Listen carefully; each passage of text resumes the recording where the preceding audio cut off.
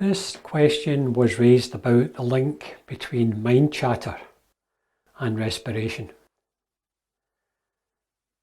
The question was, I notice that I tend to hold my breath when I try listening to the Qi. That causes a tensing up, especially in the upper areas, so I'm presuming head and chest. So I'm trying to balance it out with the different sensations I get presented with. And the movement, the physical movement, slows down a lot. Sometimes my mind starts to comment on that and I get confused about what to do first or what is more important. It feels a bit like getting into a ping-pong game of happenings throughout the body and mind. It's a roller coaster.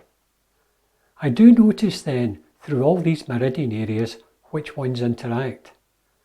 So my movements feel somehow getting stuck together with my breathing. Do you have an idea on how to tackle this?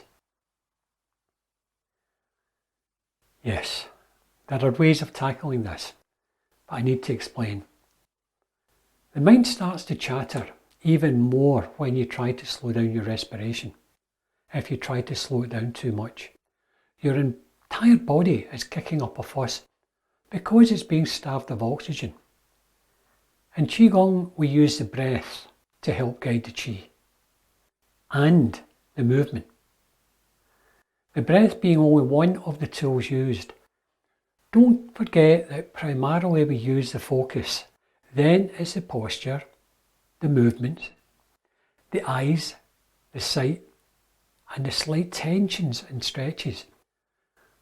We don't use the breath in the same way when we practice Qigong. What's the difference? I'll try to explain. In Qigong, we're using external movements to help create internal movements. As we relax, our respiration rate lowers, our brainwave pattern moves towards alpha. We relax more, and that cycle of relaxed respiration and quietening of the Yi continues. It takes us deeper into a relaxed state of mind. When in alpha, we can access the Qi, we can listen to it and have more control over it. If you think about the Qi being a whisper in a gale, that gale is a noise caused by discomfort, by a lack of equilibrium, and by an overactive brain. So if you try to slow your breathing down, rather than letting it slow down through that relaxation, it causes more noise and more interference in your ability to listen to the Qi. So, for example, if your respiration rate is around 8 respirations a minute, you'll be moving at this kind of speed.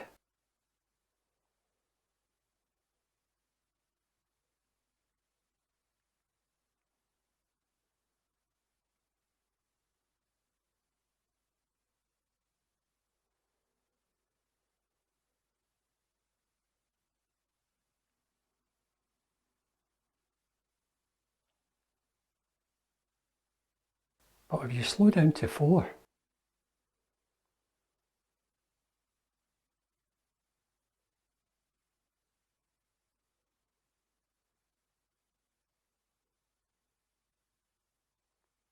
in Qigong, we've already achieved alpha and our respiration is already lowered, but it's no longer used as a tool to guide the Qi. The movements you are working with are internal, and the tiniest of external movements can create huge changes internally. You're using the Yi to guide the Qi. The Yi is already quieter, so your ability to listen to the Qi is increased. You can pause physically at any time and give yourself more time and space to have that tangible awareness of the internal movement. So using Qigong, if your respiration rate was back to 8 per minute, each movement that uses an inhalation and an exhalation will take 7.5 seconds to complete. Not that you're timing it. Done in a Qigong manner, breathing at your natural relaxed pace. It can take up to 15 minutes or more, depending on the extent of the movement and the number of changes that you're listening to. You've already achieved relaxed breathing before you commence. Your mind is quiet and your body is quiet. You maintain relaxed breathing without the need to focus on it. I always recommend that new students practice Wu Ji stance and abdominal breathing, focusing on the Dantian, doing this on a daily basis. This is until both of these become natural and can run in the background without the constant need for focus. The awareness takes over, and it soon lets you know if anything has gone amiss. I hope that my more experienced students also take time for Wu Ji, for abdominal breathing and for passive Qigong. It's something that I do on a regular basis. So in summary, it's not the movement that guides the breath, it's the breath that guides the movement. If your respiration rate is faster, your movements will be faster. Don't fight it, let it slow down.